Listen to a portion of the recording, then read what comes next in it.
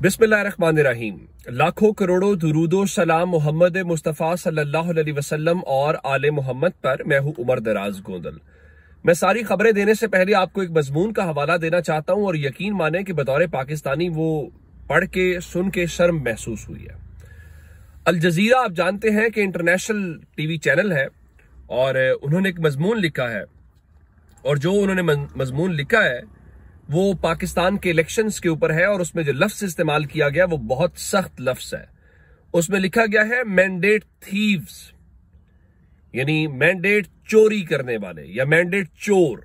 अब ये किन के बारे में किया गया है? अब ये जाहिर है जो इस वक्त माइनॉरिटी में है और उसके बावजूद वो हुकूमत बना रहे हैं। इलेक्शन हो गया है लेकिन लगता यह है कि हम इलेक्शन से एक नए तमाशे में दाखिल हो गए हैं और वो तमाशा खत्म होने का जो नाम है वो नहीं ले रहा। चलें इनको छोड़ देते हैं।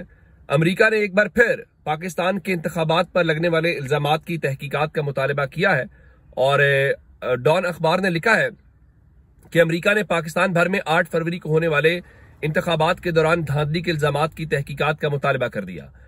तर्जुमान अमरीकी महकमा खारजा मैथ्यू मिलर ने वाशिंगटन में प्रेस कॉन्फ्रेंस के दौरान कहा कि पाकिस्तान के इंतखाबात पर लगने वाले इल्जामात की तहकीकात होनी चाहिए।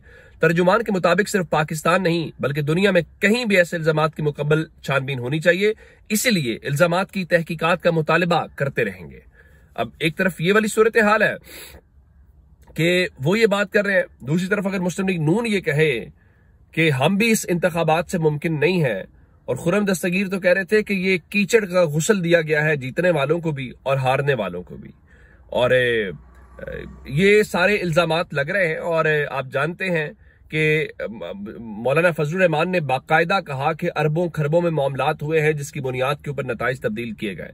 वो तो ये कहते हुए दिखाई दिए कि खुदा करे कि ये हुकूमत पर चले, हालांकि वो इनके दोस्त हैं, उनकी दोस्तियां अपनी जगह के ऊपर है, उसको भी छोड़ देते हैं। एक और खबर सुन लीजिए, आपको शायद इस खबर का यकीन भी ना आए और यकीनी तौर पे किसी को भी यकीन नहीं आएगा कि चीजें क्या इस तरह भी हो सकती हैं। शायद मेतला साहब जर्नलिस्ट हैं, ये वही हैं जिन्होंने जनरल बाजवा के हवाले से वो लिखा था, फिर उनको FIA का नोटिस पड़ गया। उन्होंने लिखा कि अहम इलेक्शन अपडेट, पंजाब में लाहौर, फैसलाबाद, मुल्तान, बहावलनगर और दीगर अजला में भी आरोस और दीगर बाअसर अफसरों ने उम्मीदवारों से पैसे लिए। बलूचिस्तान में आरोस और दीगर अफसरों ने हारने और जीतने वालों दोनों अतराफ से पैसे लिए। KP में भी दोनों अतराफ से पैसे लेकर नताइज तब्दील किए गए। पहली बात यह है, पैसे लेके एक बहुत संगीन इल्जाम है, फजलुर रहमान भी कुछ ऐसी बात कर रहे हैं, इसकी तहकीकात होनी चाहिए, नंबर 1। नंबर 2, क्या काजी फायज ईसा साहब इसके ऊपर कोई पाकिस्तानी कौम से बात करेंगे? क्योंकि इन आरोश को लेके तहरीक इंसाफ ने चैलेंज किया था कि ये अफसर हुकूमत के मातहत है, आप अदलिया से ले। आपको याद होगा काजी फायज ईसा साहब ने रात को अदालत लगाई थी और उस रात की अदालत के अंदर हमें यह बताया गया था इन आरोश से बेहतर तो कोई ऑफिसर हमें मिल ही नहीं सकते, और यही पाकिस्तान के अंदर साफ शफाफ इलेक्शंस कराएंगे। अब साफ शफाफ इलेक्शंस जो हमारे सामने हुए हैं वो आपके सामने है, मैंने आपके एक जो हल्की सी पिक्चर है वो आपके सामने पोर्ट्रे कर दिया। लेकिन अब पाकिस्तान में होना तो ये चाहिए कि तमाशे खत्म होने चाहिए, लेकिन बदकिस्मती से इस मुल्क के अंदर तमाशे बढ़ाने का जो सिलसिला है वो जारी है। और उसकी वजह क्या है? तमाशे बढ़ने से आखिर कोई तो है जिसको फायदा होता है और वो रेलिवेंट रहते हैं, और जितनी अदम इस्तेकाम होगा, जितनी जमहूरियत कमजोर होगी या बाकी चीजें होंगी, लगता यह है कि उतना किसी और का फायदा होता है। अब खबर इस वक्त क्या है मेरे पास, मैंने आपको बताया था कि अब पंजाब पुलिस और लाहौर पुलिस ये कह रही है कि जी हम गिरफ्तार करने जा रहे हैं अली अमीन गंडापुर को और बाकी लोगों को। अब खबर अगली सुन लीजिए कि अली अमीन गंडापुर की गिरफ्तारी से मुतालिक तो खबर आपको देता ही देता हूं, और ये मैंने आपको रात को भी आपसे शेयर कर दी थी, और ये पैगाम भी पाकिस्तान तहरीक इंसाफ को पहुंचाया गया है कि अली अमीन गंडापुर हमें काबिल कबूल नहीं है, वरना हम गिरफ्तार कर लेंगे। उसके अलावा भी खबर सुन लीजिए, पंजाब में फैसला यह हुआ है कि मियां असलम इकबाल को अपोजिशन लीडर के तौर के ऊपर सामने लाया जाएगा, क्योंकि सनम जावेद जो है उनकी मखसूस नशिस्त का मामला है। अब मियां असलम इकबाल बड़ी अच्छी चॉइस है और वो भी बड़े मतलूब है। पंजाब में जो 2 लाहौर में बिलखुसूस हमाद अजहर और मियां असलम इकबाल का नंबर सबसे ऊपर है, और मियां असलम इकबाल बड़े पॉपुलर हैं, संजीदा हैं, अच्छी चॉइस है, और उन्होंने रोपोश रहते हुए जो है अपना इलेक्शन जीता है। और फिर आपको याद होगा उनकी तो बेटी के जो जहेज के साथ भी किया गया, वो भी एक तकलीफ थे। अब अगली खबर सुन लीजिए। बताया गया जी इनकी जो जायदादें हैं वो कुर्क करने का फैसला कर लिया गया है। और उसमें कौन कौन शामिल है? मुराद सईद है, आजम सवाती हैं, हमाद अजहर है और जो अली अमीन गंडापुर है। और ये लाहौर की इंसदादे दहशतगर्दी अदालत ने ये फैसला किया है। अब अली अमीन गंडापुर जो है वो गले की हड्डी बन गए हैं कि इमरान खान ने इतने तगड़े खिलाड़ी को कैसे ले आया जो डट जाएगा। और दूसरी तरफ जो हमें तो कमजोर आदमी चाहिए। अब उस चीज को कहा यह जा रहा है कि जी इमरान खान ने अली अमीन गंडापुर को मैदान में उतार के बुनियादी तौर पे लड़ाई का आगाज कर दिया। भाई किस किस्म की लड़ाई? उसको लोगों का मैंडेट मिला है, उसने अपनी मर्जी का एक वजीर आला जो है वो रख दिया है, तो उसमें लड़ाई वाली कौन सी बात है? कुछ ऐसी बात जो है वो रात को फैसल वावडा रात को नदीम मलिक के शो में बैठ के यही बात कर रहे थे जी कि अली अमीन गंडापुर को बतौर वजीर आला नामजद करने का मतलब है कि झगड़ा करना है और बिल्कुल लड़ाई होगी। ये पैगाम है पाकिस्तान तहरीक इंसाफ का। अब फैसल वावडा कह रहे थे तहरीक इंसाफ के MNAs टूट जाएंगे और 30-40 रह जाएंगे। अली अमीन गंडापुर की सूरत में खैबर पख्तूनख्वा में गवर्नर राज भी लग सकता है। अच्छा आगे चलते हैं। ये अपनी जगह के ऊपर है, लेकिन अचानक से पाकिस्तान के अंदर जब आपने होता यह है कि जो शख्स वहां पसंद नहीं ना होता उसके बारे में अदालतें भी अचानक एक्टिव हो जाती हैं, इदारे भी एक्टिव हो जाते हैं, सब एक्टिव हो जाते हैं जो इससे पहले नहीं होता। तो पाकिस्तान में कानून जो है वो अदालतें सब जो है वो हवा का रुख देख के या किसी का मूड देख के पाकिस्तान के अंदर चलती हैं कि बड़े साहब का मूड क्या है। अब खबर सुन लीजिए।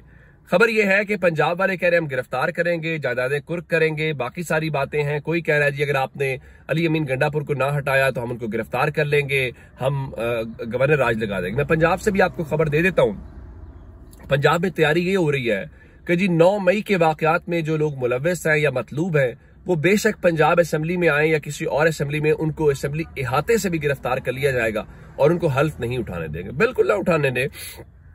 मेरे ख्याल से इमरान खान को क्या फर्क पड़ेगा? इमरान खान को तो कोई फर्क नहीं पड़ेगा। इमरान खान हुकूमत नहीं बनाने जा रहे और बैरिस्टर सैफ यही कह रहे थे कि हम खैबर पख्तूनख्वा में भी और पंजाब वहां तो हुकूमत बनाएंगे लेकिन पंजाब और सेंटर में हम ऑपोजिशन में बैठेंगे। आप तहरीक इंसाफ के 92 लोग भी उठा ले तो फर्क इमरान खान को अब नहीं पड़ता। इमरान खान ने जो डिलीवर 8 फरवरी को करना था वो कर दिया है। अब इसके बाद आपकी मैनेजमेंट है वो करते रहे। अब खबर इलेक्शंस को लेके जाहिर है मसले का हल नहीं हो रहा। सलीम साफी जो हैं वो क्या कह रहे हैं? सलीम साफी ये कह रहे हैं कि जो इलेक्शंस के हवाले से रिजल्ट्स आए हैं, इंतखाबात में जो रिजल्ट आया है वो एस्टैब्लिशमेंट के लिए चैलेंजिंग बन गया है। लेकिन दूसरी जानिब मैं आपको बता देना चाहता हूं और वो क्या है, वो अली अमीन गंडापुर को लेके जो इलेक्शन कमीशन है आजाद कश्मीर का, पंजाब नहीं, खैबर पख्तूनख्वा नहीं, पाकिस्तान वाला इधर वाला नहीं, आजाद कश्मीर चूंकि पाकिस्तान का हिस्सा तो है लेकिन उसकी आजाद अपनी चीजें जो है वो चलती हैं।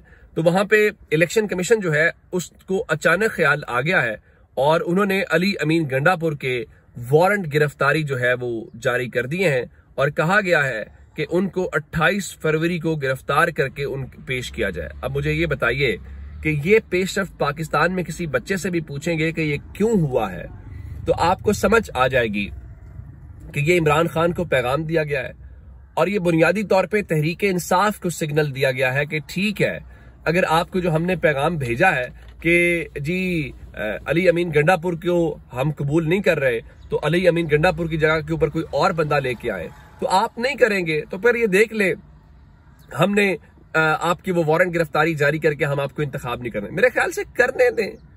ये सारे इकदाम इमरान खान को फिलहाल कमजोर नहीं करेंगे। इमरान खान का बयानिया लोगों में मकबूल करेंगे, लोगों के सामने लोगों को और हकीकत खुलेगी। मेरे ख्याल से तो इमरान खान को कहना चाहिए गिरफ्तार करें। हाँ, दूसरी तरफ इमरान खान के जो 9 मई के वाकयात लाहौर में हैं उसमें आज भी इमरान खान की वीडियो लिंक के ऊपर हाजिरी नहीं हो सकी तो बताया गया जी अब अगली जो पेशी है उसके ऊपर उनकी हाजिरी होनी चाहिए। तो 19 फरवरी तक जो है उनके उन मुकदमात के अंदर तोसी हो गई है। अच्छा, कुछ इंपॉर्टेंट खबरें इलेक्शन से मुतालिक, सीटों से मुतालिक है। एक तो इस्लामाबाद की जो 3 नशिस्तें हैं उनके ऊपर आज इस्लामाबाद हाई कोर्ट ने फैसला जारी करना है। मेरा नहीं ख्याल कि जैसे आमिर फारूक साहब की अदालत से कोई ऐसा गैर मामूली फैसला आ जाएगा जो गेम चेंज हो जाएगा, होम्योपैथिक सा फैसला आएगा और उनका पहले भी यही होता है, चीजों को वो लटका देते हैं या इस तरह से करते हैं कि वो उस वक्त गैर मौसर हो जाती है। दूसरी जानब N117 लाहौर से अली इजाज भुट्टर जीते फॉर्म 45 के ऊपर, लेकिन फिर हार गया। वो कह रहे थे जी मेरे हल्के के लोग मुझे फोन करके पूछते हैं मेरे वोट का क्या बना और मैं शर्मिंदा हूं। तो उन्होंने कहा जी वो तो सुप्रीम कोर्ट ऑफ पाकिस्तान के सामने जो है वो भूख हड़ताली कैंप लगाएंगे, इंटरनेशनल मीडिया और पाकिस्तान भर से वकला को मदऊ किया जाएगा। मालूम नहीं है किससे क्या फर्क पड़ेगा, उनको ये पता होना चाहिए कि इस पूरे प्रोसेस के अंदर पाकिस्तान की सुप्रीम कोर्ट ने जो रोल प्ले किया है वो मेरा नहीं ख्याल कि कोई इस किस्म का है जो किसी को भूल हो, या आप ये कहें कि उससे जिस तरह से उनकी जो रिजर्व सीटें हैं वो मारी गई हैं और बाकी सारी चीजें। अच्छा, इसमें एक और डेवलपमेंट है, वो एक हल्का है जो लाहौर का NA 128। आप जानते हैं कि उसको इस्लामाबाद हाईकोर्ट में चैलेंज किया और वहां पे आज समाअत हुई है। तो वहां पे सलमान अकरम राजा साहब जो है उन्होंने ये बताया कि अदालत को हकाइक से आगाह करना चाहता हूं कि हमारे केस में कंसोलिडेशन हुई ही नहीं है। इलेक्शन कमीशन की मासूमियत देखें कि पहले नोटिफिकेशन जारी किया और फिर खुद ही उसे मुअत्तल कर दिया। अब उसके ऊपर जज सामिर फारूक जो है उन्होंने DG लॉ से पूछा कि अरशद साहब मुझे यकीन है कि कमीशन ने नोटिफिकेशन जारी करने से पहले आपसे मशवरा नहीं किया होगा। इलेक्शन कमीशन के सामने उनकी दरखास्त इल्तवा में है तो पहले फैसला कर देते। इलेक्शन कमीशन उनकी दरखास्तें सुनकर अगर उनके हक में फैसला कर देता है तो DG लॉ ने कहा जी तो कमीशन जो है वो अपनी तस्दीक करेगा। उसके ऊपर उन्होंने कहा जी सामिर फारूक साहब ने कि ठीक है आप इलेक्शन कमीशन से हिदायत ले लें और हम इस केस को फिर 2 बजे के बाद रख लेते हैं, और इस तरह से वक्फा कर दिया गया। इस केस में भी जज सामिर फारूक साहब क्या करेंगे, गालिब इम्कान ये है कि इलेक्शन कमीशन को फिर वापस भेजें कि आप रिव्यू करें। तो मैंने आपको बताया था कि अदालतों से जरा ज्यादा तवक्कुआत ना रखिएगा, गिव अप भी नहीं करना, परेशान भी नहीं होना, मायूस भी नहीं होना, लेकिन वो जो ये पूरा अमल करने वाले हैं उनका सबसे बड़ा इन्हिसार अदालत के ऊपर ही होता है और उनको हमेशा अदालत से अप्रूवल मिलता है और अदालत हमेशा उनकी तरफदार होती है। और दूसरी तरफ एक और खबर है, और इमरान खान और बुशरा बीबी के हवाले से आप जानते हैं Al-Qadir trust 190 million pound case का केस आज जज साहब मोहम्मद बशीर फिर नहीं आए तो बगैर समाअत कार्रवाई 20 फरवरी तक मुलतवी हो गई है। लगता यह है कि फैसले देख के और जो अवाम का फैसला है, जज मोहम्मद बशीर साहब की भी दिलचस्पी खत्म हो गई है और वो जो रातों को और मुसलसल घंटों के साथ समाअतें इलेक्शन से पहले चलाते रहे उनको भी समझ आ गया ये तो उल्टा पड़ गया। अब तो नून लीग भी कहती है जी वो इमरान खान को जो धड़ाधड़ सजाएं दी गई हैं उसका तहरीक इंसाफ को तो फायदा हुआ है लेकिन हमें नुकसान हुआ है। तो जनाब ये अब तक की अपडेट्स थी, अपना बहुत सारा ख्याल रखिएगा। खुदा हाफिज।